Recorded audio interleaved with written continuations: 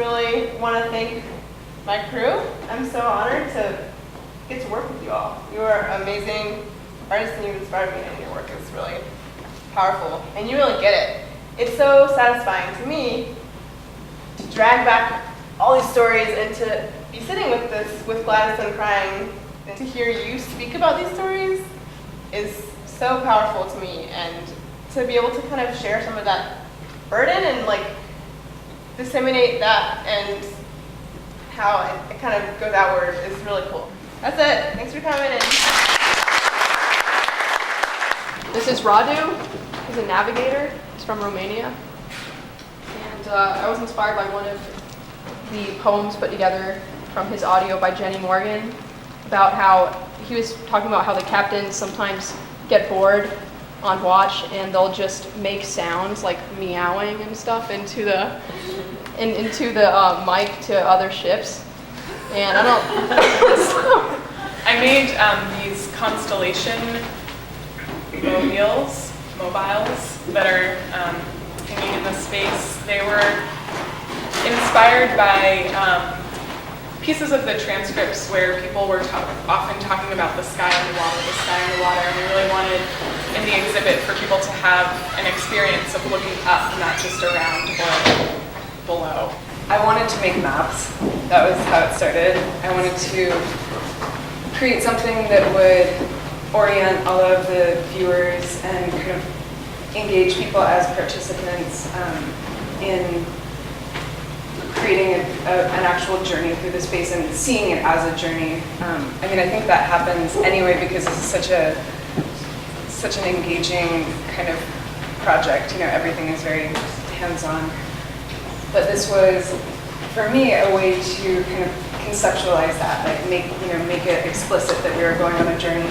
I was really concerned with how do you experience space when you're out at sea, because being on a cargo ship, you're in this interesting phenomenon where you're in this very enclosed space in the middle of the ocean, kind of a space without boundaries. You're also outside of social spaces, kind of outside of the eye of society, even though you're so vital to the world economy running.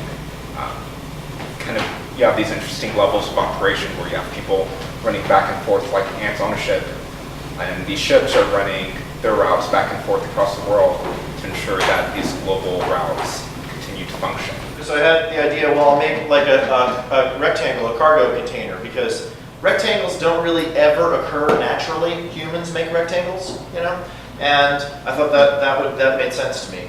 But then when we were talking about it the other night, putting things together, I had another sort of wall object that was going to go elsewhere, and we were kicking around ideas, and we were like, well, let's see what this would look like as a house, which I just immediately latched onto because so many of the individuals that all the artists in the show listen to, like the one thing that strings them all together is eventually they talk about home. You know, they're on these boats for months at a time.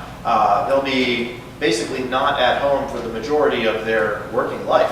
But they're constantly talking about when I get back home, I'm going to get back home, then I'll be there get to see all my kids for 2 months, and then I've got another contract after that. So I thought combining the image of the storage container and the home, because the home is of course the container that we like return to, was the right object. When I first started to interact with the audio, I was really struck by the vocabulary that sailors are using to talk about their experiences. There's a lot of talk about contracts in such a way that I had never heard. When you sign your contract, your contract determines your life on a cargo ship. I was also really enthralled with this word disembark that kept showing up in the transcripts. You can't disembark until you've finished your contract. I've never heard anyone in any other line of work talk that way. It was maybe 9 hours of video there, and I watched it all in one go from around 11 p.m. until 8 in the morning. I picked out what I wanted to show, and that was about 4 hours. Some of the things I wanted to show needed to be slowed down, repeated, and then I cut that, and I cut that, and I cut that, and eventually I showed the group something that was about 25 minutes.